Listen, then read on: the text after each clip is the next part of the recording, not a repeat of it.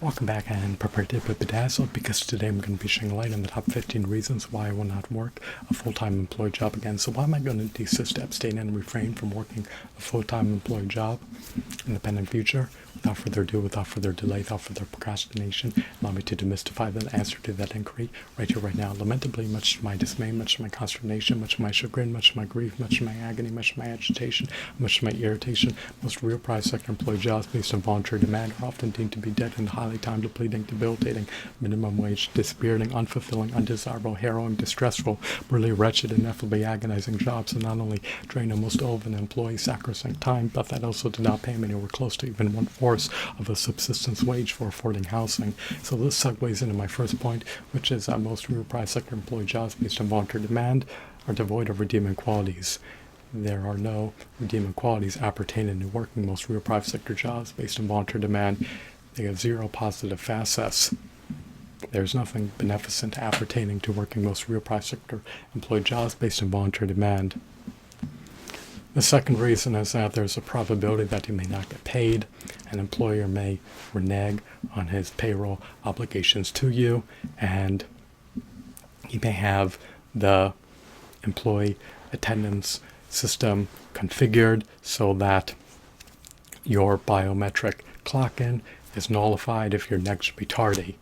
Seeking relief in court to recover your unpaid wages that an employer owes you is often not a viable option because the cost to retain an attorney will more than likely preponderantly outweigh the unpaid wages that you could recover if you were to seek relief in court to potentially recover your unpaid wages that an employer owes you but refuses to pay you. And of course, the third reason is that if working a real private sector employed job based on voluntary demand is your only source of income, it could perpetually keep you impoverished. You should work in capacities that could at least provide you with some semblance of a chance to attain financial stability and financial security. The only way to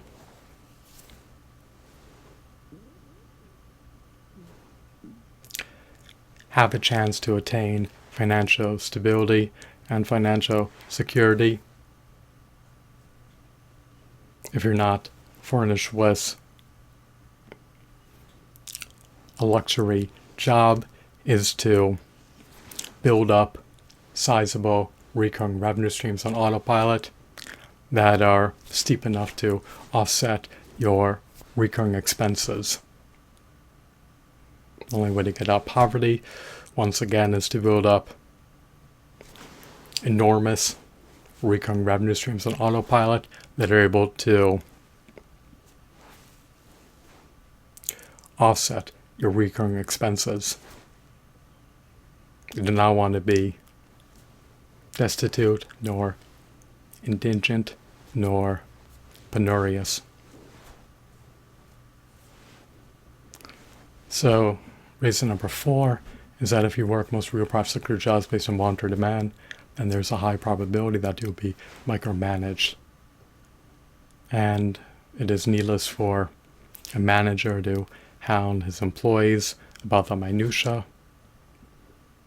Doing so can cause his employees to succumb to acute stress, and it could exacerbate the experience of working the real private sector employee job based on voluntary demand, and of course it can amplify the company's employee attrition rate. People detest and disdain being micromanaged. We are human beings, we are not androids. We are not an artificial intelligence, so we're fettered in terms of how much we can accomplish in a single hour. We're not tantamount to androids. Or I should say that we are not tantamount to artificial intelligence powered androids. And of course, reason number 5 is that if working a real private sector job based on voluntary demand is your only source of emolument, then it will provide you with a 0% chance to attain financial stability. And of course, reason number 6 is akin to reason number 5, which is that if working a real private sector job based on voluntary demand is your only source of revenue, then it will provide you with a 0% chance to attain financial security. And reason number 7 is that working most real private sector jobs based on voluntary demand will provide you with 0 benefits. Most real private sector jobs based on voluntary demand are devoid of benefits. And reason number 8 is that working most real private sector jobs based on voluntary demand will not furnish you with a pension. And of course, reason number 9 is that working most real private sector jobs based on voluntary demand will at most furnish you with minimum wage. The profits trickle up. There are a copious amount of chief executive officers who earn over 165 million annually as their compensation.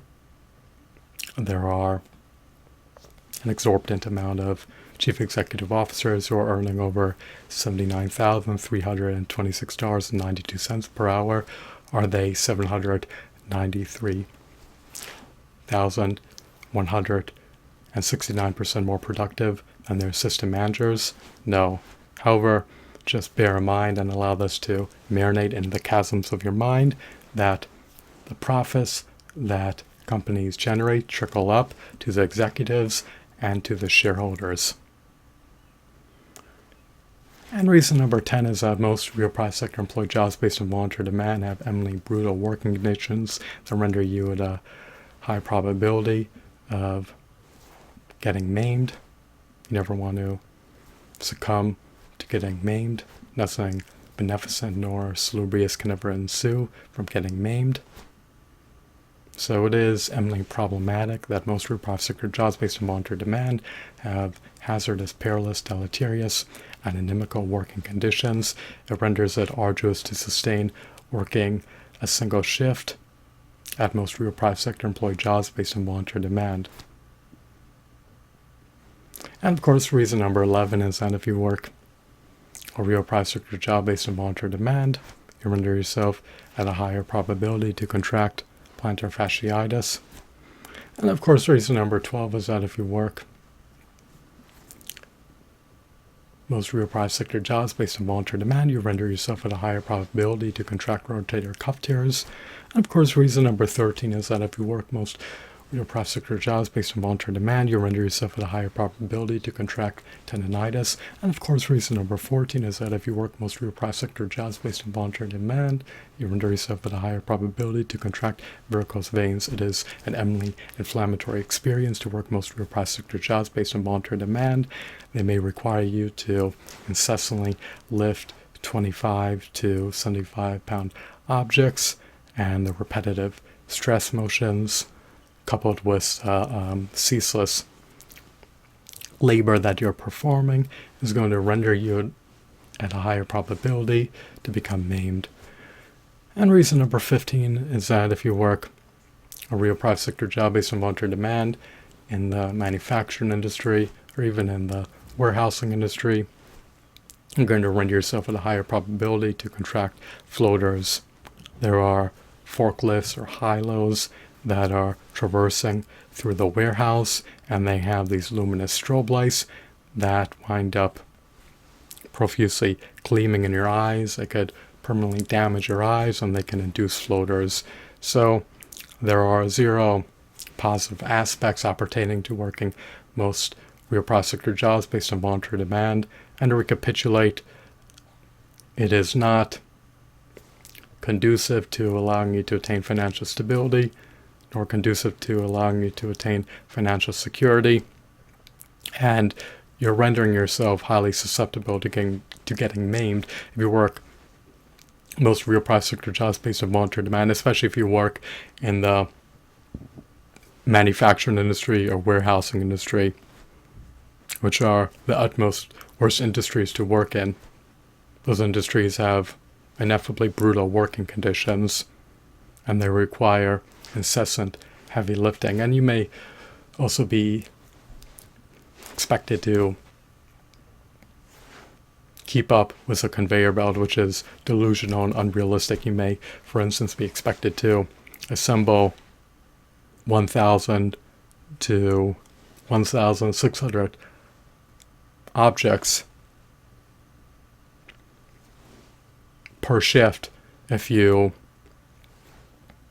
work in the manufacturing industry, and you also may be expected to simultaneously assemble heavy-duty containers while simultaneously packing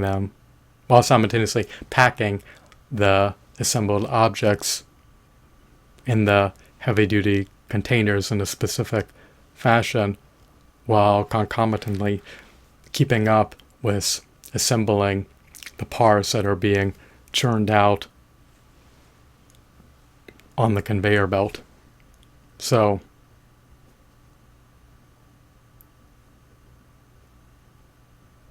I hope that you deem this video to be fascinating and enthralling. Have a blissful day. Goodbye.